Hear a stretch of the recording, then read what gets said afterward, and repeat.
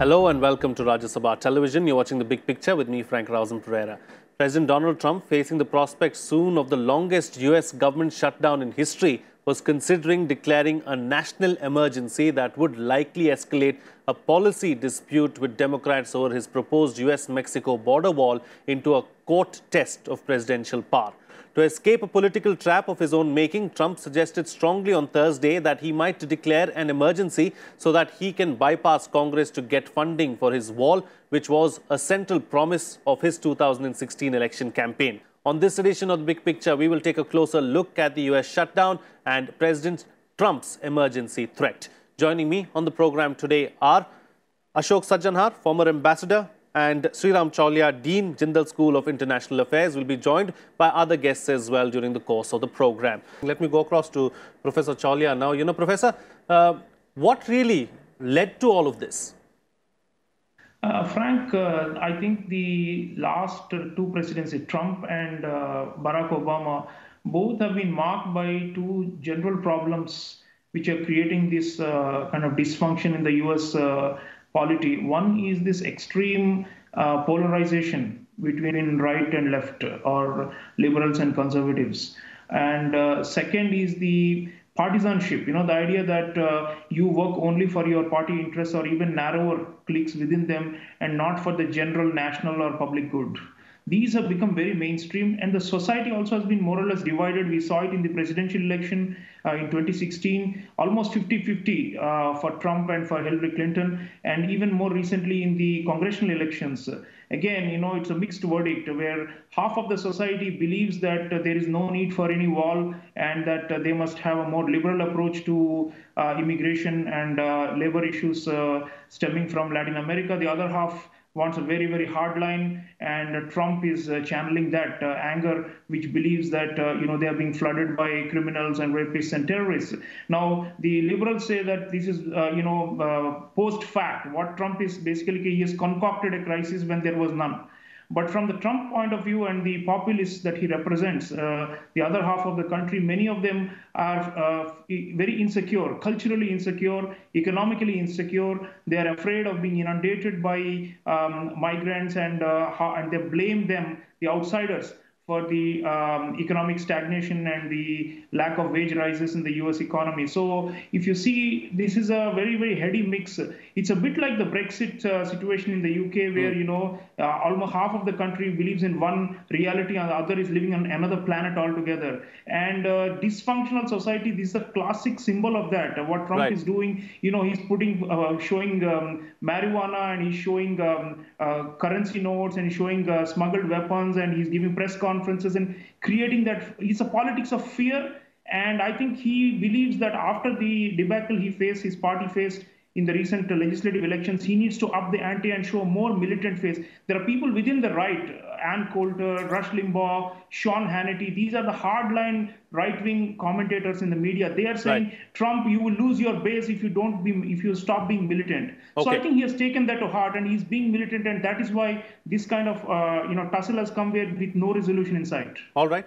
Yeah, a compromise has to be worked out is what the professor is suggesting. But Professor Chaulia, yes, something has to give, and it's likely to happen sooner rather than later. But who's going to be the one to make the first move? It's a game of chicken, Frank. It's always been that way with shutdowns in the US. It's a tussle between legislature and executive at one level. If you look at it, it's also right versus left. And I think the ideological clashes, the culture wars have simply become very, very unmanageable in the US. Trump himself used to say, our politics is broken and I want to fix it. And Trump's rise to power was based on the idea that democracy was somehow failing in America, and that they were not able to really cater to the needs of ordinary people any longer, and that there was this elite squabbling going on in the Beltway, as it's called, in Washington, D.C., and that he wanted to break free of this. But as we have seen, with every measure he has taken, be it on spending or generally on various ideological positions and foreign policy as well, he's being stymied and stopped at various levels. And therefore, this infighting that we are seeing is quite devastating for the US's image and the world as a whole.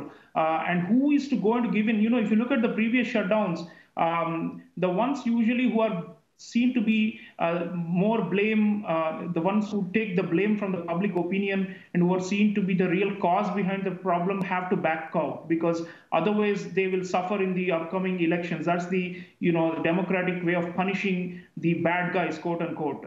So in this case, I think Trump wants to blame the Democrats, saying they are holding it back and I'm ready to move forward, while the Democrats are arguing otherwise. So we'll have to see how protracted this will be and who gets more of the blame, and will then have to back out. I mean, they do compromises in the past. If you see the Obama shutdown, 2013, that was pretty bad, and it was already showing high level of this divided government scenario where legislatures in one hand, executives in another hand, and they just can't get along and think about a single national interest anymore. It's all partisan interests.